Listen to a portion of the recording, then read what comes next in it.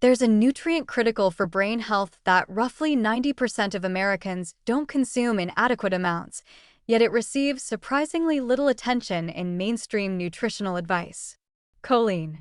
And the challenge of meeting choline needs without animal products is substantial enough that it should be a central consideration for anyone concerned about cognitive health as they age. Choline serves multiple essential functions.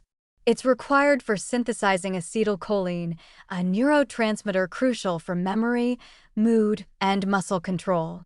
It's a structural component of cell membranes throughout your brain and body.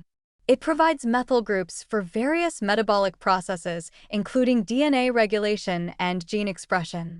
Without adequate choline, all of these functions suffer, with potentially serious consequences for cognitive function and overall health. The research linking choline intake with cognitive outcomes is increasingly compelling. Higher choline intake correlates with better performance on cognitive tests, particularly memory assessments. Some longitudinal studies suggest adequate choline may reduce dementia risk, though the evidence is still developing. What's clearer is that choline deficiency impairs cognitive function measurably, and deficiency is more common than most people realize. Here's the dietary challenge. Eggs are by far the most concentrated, practical source of choline.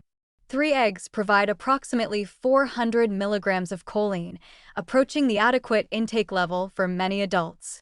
Liver is even richer in choline, but isn't regularly consumed by most people.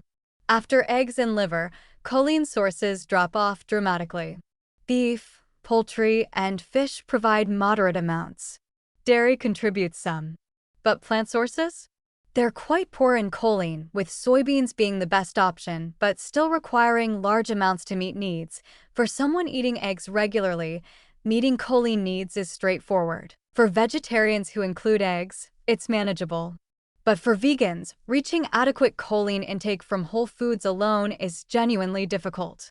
Most rely on soy products and cruciferous vegetables, but you'd need to consume unrealistic quantities to approach adequate intake. Supplementation becomes practically necessary, not just beneficial. Now let's address the elephant in the room: eggs and cholesterol. Decades of misguided dietary advice vilified eggs based on their cholesterol content. Current evidence shows dietary cholesterol has minimal impact on blood cholesterol for most people. Multiple studies have found no association between moderate egg consumption and cardiovascular disease risk. The pendulum has swung back toward recognizing eggs as a nutritious food. Yet the lingering fear persists, causing some people to limit eggs to their cognitive detriment. The aging brain has particular vulnerability to choline insufficiency. As cognitive reserve declines with age, ensuring optimal nutrient support becomes crucial. Choline's role in acetylcholine synthesis directly affects memory formation and retrieval. The membrane's structural functions impact neuronal communication. These aren't minor background processes. They're fundamental to maintaining cognitive function. Supplementation options include phosphatidylcholine, which provides choline in a form that supports membrane health directly, and alpha-GPC or CDP choline, which are used specifically for cognitive support. Doses vary, but 300 to 500 milligrams daily of supplemental choline is common. However, whole food sources provide choline along with other beneficial nutrients like protein, healthy fats, and various vitamins. What frustrates me is how inadequate choline intake has become normalized. 90% insufficiency should be recognized as a public health concern, particularly given choline's importance for cognitive health. The solution is accessible: eggs are affordable and nutritious.